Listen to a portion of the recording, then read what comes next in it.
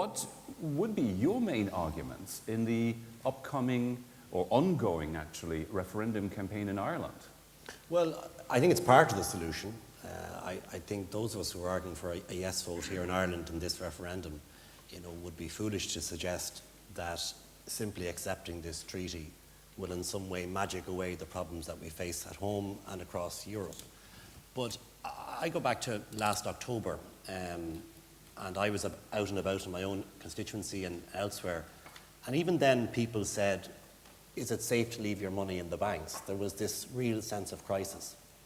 And I think what we've seen since then is a measure of stability as a result of the EU leaders accepting the treaty.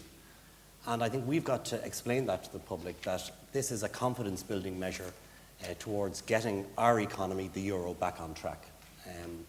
I think politicians have a capacity to get a lot of things wrong, but since October and since January, when the leaders came together, we've shown a capacity, I think, to get a lot of things right.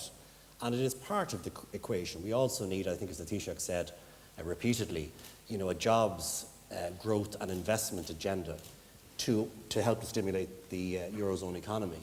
But there is no doubt we need rules, and we need proper enforcement of those rules to really ensure that we have a common currency. I think there's a very strong political support for the idea of the currency, and huge mistakes were made over the course of the past 10 years or so. We've got to accept that, and a way in which we give confidence is therefore accepting these rules and implementing them. And these aren't just rules for other countries, these are rules for domestically in our own law.